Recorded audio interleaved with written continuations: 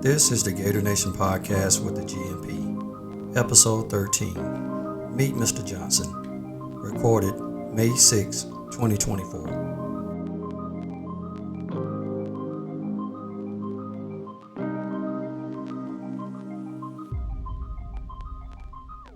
All right, Gator Nation, welcome back to the Gator Nation podcast. I am the GNP, Gator Nation Principal Moten, and I'm joined with my co-host, Ethan, the Ocho of Cleveland. Welcome back, Ethan. Yes, sir. It's good to have.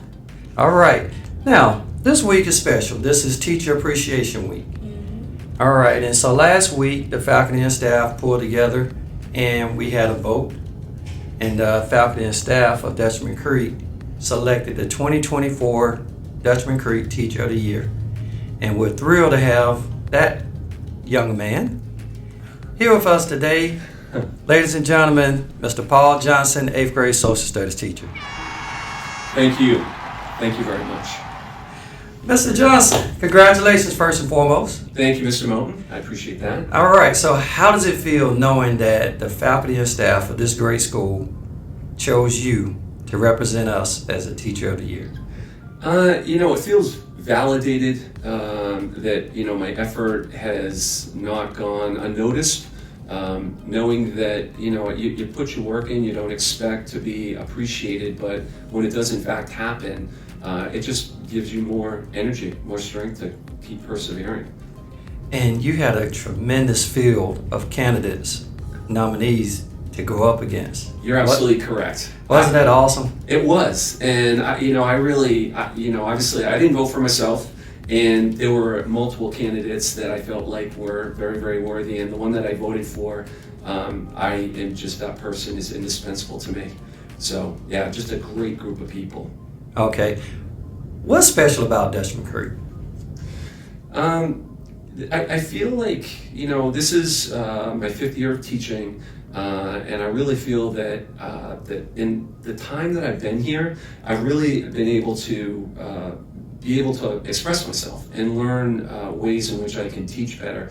In the past, maybe due to my inexperience, it could have been that I was very, very hesitant and unsure of certain things that I should do. But I've been constantly, since I've been here, encouraged to just do it the way I feel like I should do it. Teach it that's real to me, and really put myself into my lessons with my students. Okay. Now, you came from the Boston area? Yes, sir, I did. Okay. So, Boston, South Carolina, Rock Hill. What's the main difference? What do you miss about Boston? And what would you say is the one thing that they can have up there? I'll start with the question B. They can have the weather. We've been dealing with a lot of, just slushy, rainy weather. And talking to my son yesterday and having him lament the cold April weather that they were experiencing. And I told him, I said, yeah, it's about 75 degrees down here. I certainly, don't miss the weather. The big difference down here is that, a lot of New Englanders are rumored to be abrupt. People, they're a little more direct, and I think I've been accused of being that way a little bit. Down south here, I recognize that people are a lot more welcoming and accepting than they were, back home. But again, it's one of those things that you get used to, right? Well, we've definitely gotten used to you, and so for all of you Boston people who are probably tuning in, listening, you can't have him back. He's all ours. And what's some of your favorite things that students have done for you in the past? The thing that I try to do is I try to think about ways, especially in the last grading period, the last quarter, is how can I encourage students to demonstrate to me that they understand? And not just do, the regular multiple choice or essay questions, but really give students an opportunity to, what are they interested in? And how do they take that interest and turn it into something that they can say, yes, Mr. J, I do in fact understand what you're teaching. So I had one student actually do a graphic novel where she wrote She drew her pictures. That she just a wonderful artist. She drew her pictures, but then she also drew a narration that went along with it that made me realize that she even understood more than I was even getting into, which in turn kind of just really gave me insight onto that individual's thinking. So it also allowed me to realize, hey, wait a minute, there's even more I can do to give this person more opportunity to express themselves. So, that's certainly been one thing, and I've seen that happen. We did a debate in class where students just amazed me with their preparedness, amazed me with their depth of knowledge again, and creativity. And so students just keep amazing me along those lines. What made you want to be a teacher? That's a great question. I have a lot of teachers in my family. They had always encouraged me. And then there was a point in my life when my sons were very, very young when I was encouraged to coach.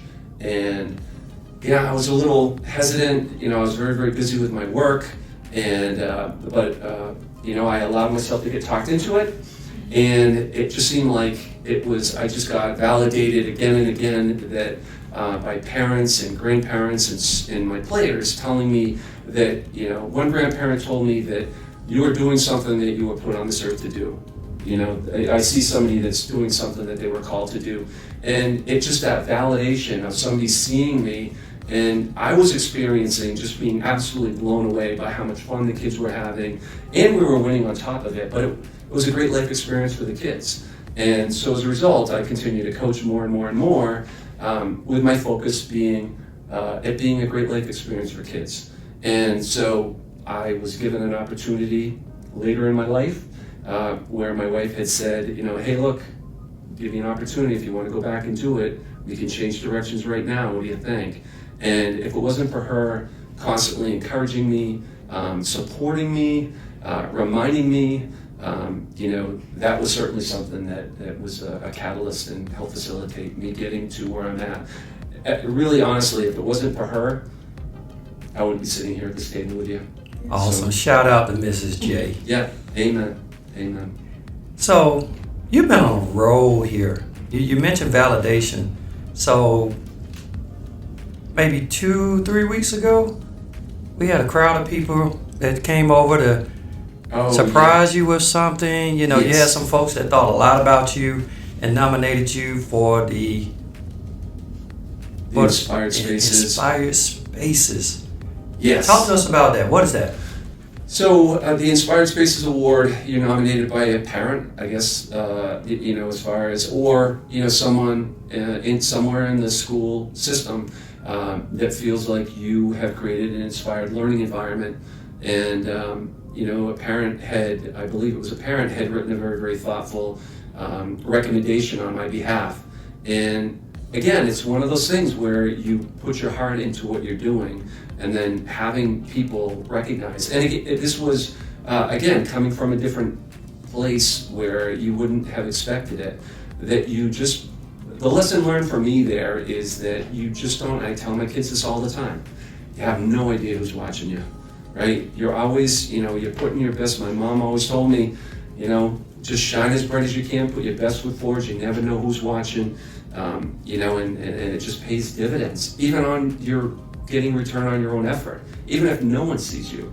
But yeah, it's great. In the real win here is the fact that I'm going to have an absolutely amazing learning space that my kids are going to want to come to, right? I mean, you're going to want to come down the hallway next year when you visit, and you're going to be in 9th grade, right? Yep. And you're going to be like, I got to see Mr. J's classroom. I know you're going to be down there, right? And kids are going to want to come. And again, the environment's going to be such that I can adapt it to the different things that I'm going to be doing in class. I've taken a lot of feedback from my students on, what do they want. I've been interviewing different ones, and I shared that with the people that came in and asked me. Some real good ideas. So I'm very, very excited. And the last question from me, if you had some advice to give to your 8th grade students going into high school next year, what would it be? It would be, it would really be take responsibility for your learning. Don't be so passive. It's not up to educators to educate you. Education is a relationship, And I feel like one of the things that we're doing better, and I feel like the Leader in Me effort is one of those things that go along with that, is to empower students, to get them to recognize that you're responsible for your learning. And you need to take advantage and take responsibility for that. And it's in learning how to engage with that responsibility that students are going to find success in the larger world. The rest of the world doesn't hand it to you on a silver platter. You have to go get it. And the sooner kids learn that, the better off they're going to be. Awesome. Well, Mr. J, it's been an absolute pleasure to have you on the Gator Nation podcast. I can't say enough about you as an individual, as a teacher, as an inspiration to all of us here. I am thrilled to be your principal, to be your partner. Thank you. And for anybody watching, if there's an opportunity to get to know Mr. J, the teacher, the man, you're in for a treat.